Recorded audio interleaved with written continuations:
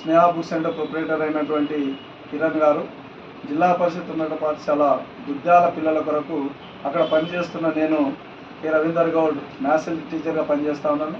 ఆ దుద్యాల పిల్లలకు 10వ తరగతి పిల్లలకు ఒక ఐడి కార్డు ఇవ్వాలి.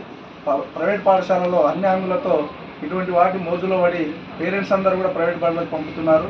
దానికి ధీటుగా నాణ్యమైన విద్యను అందిస్తున్నటువంటి ప్రభుత్వ పాఠశాలల్లో బలోపేతంగా చేయడానికి, ప్రభుత్వ పాఠశాలలను అభివృద్ధి పరిచే విధంగా ప్రభుత్వం తీసుకుంటున్న నిర్ణయాల్లో భాగంగా మా వంతుగా మేము కూడా కొంతమంది దాతల సహకారంతో పిల్లలకు కూడా టై, బెల్ట్, బూట్లు, తర్వాత ఐడి కార్డులు ఇవ్వాలన్న ఉద్దేశంతో కిరణ్ గారిని సంప్రదిస్తే ఇమ్మీడియట్గా తన వంతుగా ఇక్కడ పనిచేస్తున్నటువంటి ఒక ఉపాధ్యాయుని మీద గౌరవంతో ఆయన ప్రభుత్వ బడులలో ఉన్నతమైన విద్యను అభ్యసిస్తున్నటువంటి పిల్లలకు కానీ, నాణ్యమైన విద్యను బోధిస్తున్నటువంటి ప్రభుత్వ ఉపాధ్యాయులపైన గౌరవంతో ఆయన ఇమ్మీడియట్గా తన యొక్క పుట్టినరోజు సందర్భంగా అక్కడ చదువుతున్నటువంటి విద్యార్థులకు ఐడి కార్డులు ఇవ్వడానికి ముందుకు రావడం హర్షించదగ్గ విషయం.